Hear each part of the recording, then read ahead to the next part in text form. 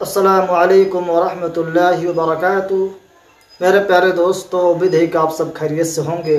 آج کے اس پرمسرت موقع پہ آج میں آپ کے سامنے چاہتا ہوں کہ یوم جمہوریہ یعنی گنتنتر دیوس ریپبلک دیوس کے تعلق سے کچھ باتیں پیش کی جائے۔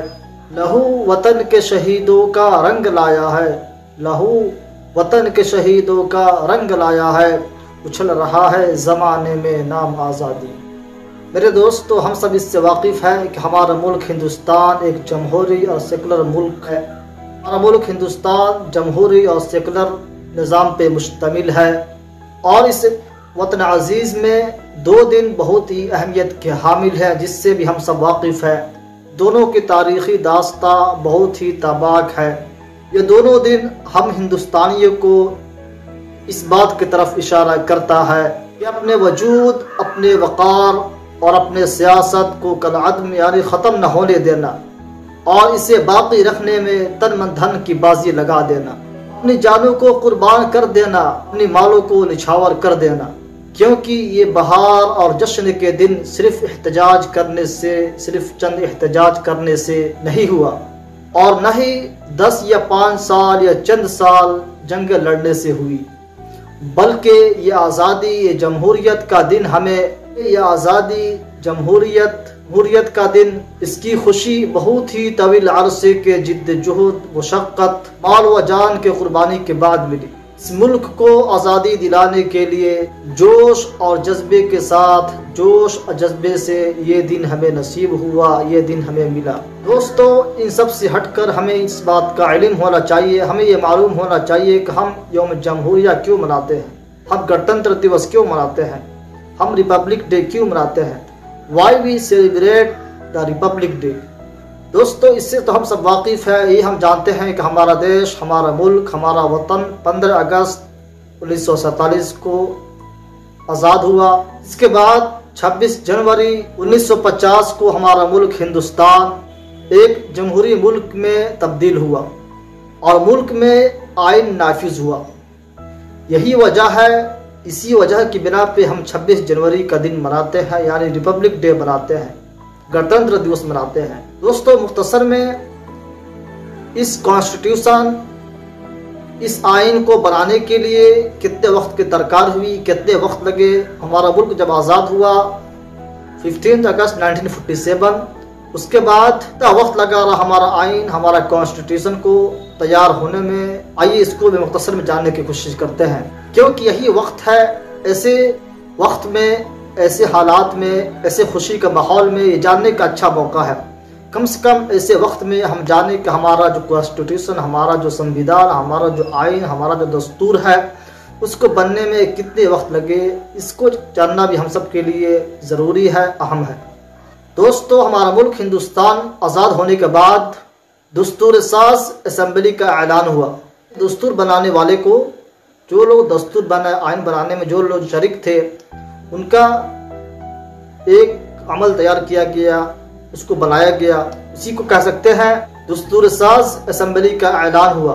اور دوستو، اس اسمبلی نے، اس جماعت نے 9 دسمبر 1947 یعنی 9 دسمبر 1947 سے کام شروع کر دیا، یعنی آئین کو بنانے میں، آئین کو پریپیئر کرنے میں 9 دسمبر 1947 سے شروع کیا گیا۔ دوستو، دستور ساز اسمبلی یعنی جو یہ جماعت تھی، آئین کو، دستور کو بنانے میں جو لگی تھی، یعنی دستور ساز اسمبلی نے 2 سال 11 مہینہ 18 دن۔ دوستو، معلوم کیا ہوا؟ دستور ساز اسمبلی نے 2 سال 11 مہینہ 18 دن میں ہندوستانی آئین کو مرتب کیا۔ یہاں پہ یہ بھی جانتے چلیں کہ دستور ساز اسمبلی کے صدر، پریسیڈنٹ ڈاکٹر راجندر پرساد، اس کو پریپیئر، اس کو تیار کرنے کے بعد اس دستور کو، دستور ساز کے پریسیڈنٹ، صدر ڈاکٹر راجندر پرساد کو 26 نومبر 1949 26 نومبر 1949 کو سپرد کر دیا گیا، یعنی کانسٹیٹیوشن، سنویدھان، آئین کو تیار کر کے 26 نومبر 1949 کو صدر ڈاکٹر راجندر پرساد کے حوالے کر دیا گیا۔ یہاں پہ یہ بھی جانتے چلیں کہ اسی لیے آپ نے دیکھا ہوگا کہ ہر سال 26 نومبر کو ملک بھر میں کانسٹیٹیوشن ڈے، ویدھان دیوس کے طور پہ منایا جاتا ہے۔ اس لیے اس دن حوالے کیا گیا، یعنی اس دن تیار ہوا، اس لیے ملک بھر میں 26 نومبر کو آئین کے طور پہ ہر سال منایا جاتا ہے۔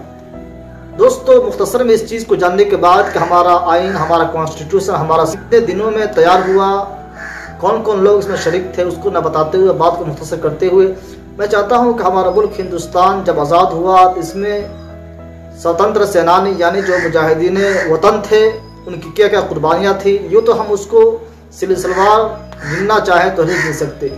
دوستو ہمارا ملک، ہم اس آزاد بھری ہوا میں سانس لے رہے ہیں، جیسا کہ آپ جانتے ہیں کہ آزادی انسان کی بنیادی حق ہے، ہر انسان آزاد رہنا پسند کرتا ہے، اور قدرت کا دستور بھی ہے، قدرت کا قانون بھی ہے کہ اللہ تعالیٰ نے ہم انسانوں کو آزاد پیدا کیا۔ انسان آزاد خیال کا ہے، آزادی پسند ہے، مخلوق کو، ہر انسان کو آزادی چاہیے۔ تو ہم غلامی کی زندگی میں زندگی گزار رہے تھے، ظلم ستم کے زندگی گزارے، لیکن کیا ہمارا یہ جو آزادی ہے، ہم آزادی بھری ہوا میں سانس لے رہے ہیں، یوں ہی ملا؟ یہ سوال کریٹ ہوتا ہے، ایک سوال کھڑا ہوتا ہے۔ تو ہمیں معلوم ہونا چاہیے کہ یہ آزادی ہمیں ایسی نہیں ملی، بلکہ جب آپ اس کا مشاہدہ کریں گے تو معلوم ہوگا کہ اس کے پیچھے بے شمار سوچیں، اس کے پیچھے بے شمار قربانیاں ہیں جس کا ہم یہاں پہ تذکرہ نہیں کر سکتے۔ دوستو مجاہدین ہند، سوتنتر سینانیوں کے ان کے ایسے نعرے تھے کہ اس نعروں سے لوگوں میں ایک آگ لگی اور لوگوں میں یہ ہوش پیدا ہوا، لوگوں میں یہ چیز کا خیال پیدا ہوا کہ ہم غلام ہیں، ہمیں آزادی چاہیے۔ چنانچہ آپ کو معلوم ہوگا کہ سبھاش چندر بوس، جس سے ہم سب واقف ہیں، جن کا کہنا تھا تم مجھے خون دو میں تمہیں آزادی دوں گا، ایک اور ان کا تھاٹ ہے آزادی ملتی نہیں بلکہ چھیننا پڑتا ہے۔ تو ایسے بے شمار خیالات، ایسے بے شمار سوچیں فکریں تھیں، تب جا کر اس کے بنا پہ، اس کی وجہ سے، بے شمار قربانیوں کی وجہ سے ہمارا دیش، ہمارا ملک آزاد ہوا اور ہم آزاد بھری ہوا میں سانس لے رہے ہیں۔ ایک اور مجاہد ہند ہیں جن کا نام رام پرساد بسمل، جس سے بھی آپ سب واقف ہوں گے، ان کا کہنا تھا سرفروشی کی تمنا اب ہمارے دل میں ہے، سرفروشی کی تمنا اب ہمارے دل میں ہے، دیکھنا ہے زور کتنا بازوئے قاتل میں ہے۔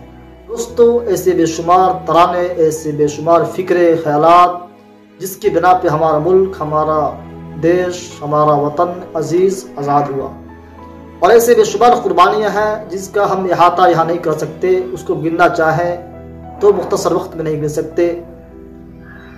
ایسے چند بلند ہمت والی خواتین جنہوں نے ملک کی آزادی کے لیے، ملک کو آزاد دلانے کے لیے کافی جد و جہد مشقتیں کی، اس میں سر فہرست حضرت محل جن کا نام حضرت محل ہے، ان کا اصلی نام یوں تو افتخار النساء تھا، وہ نواب واجد علی شاہ کی شریک حیات تھی۔